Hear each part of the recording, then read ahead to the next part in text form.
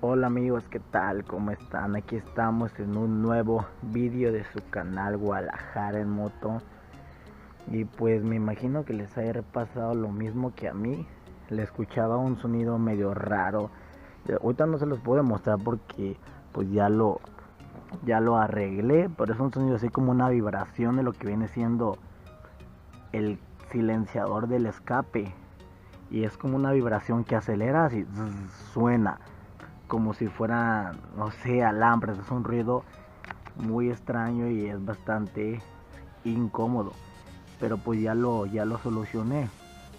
En este video les voy a dejar cómo lo hice para que ustedes lo hagan y se quiten esa incomodidad. Quédense para verlo.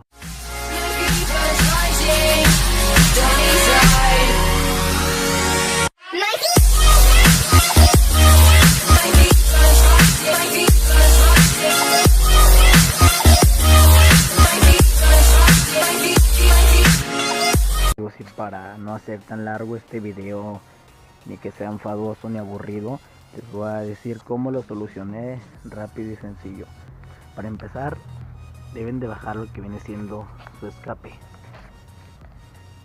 Yo lo que hice fue apretar esos tornillos que se ven ahí. Ese tornillo estaba flojo y mi moto la ponía en neutral, y al momento que yo aceleraba hacía como una vibración muy molesta y me molestaba mucho.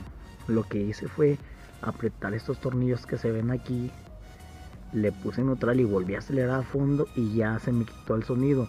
Más aparte, revisen si no tienen una desoldadura en su moto, porque yo aquí tenía una, no se alcanza a apreciar bien, pero yo tenía desoldado mi mofle y eso hace también que suene mucho el escape.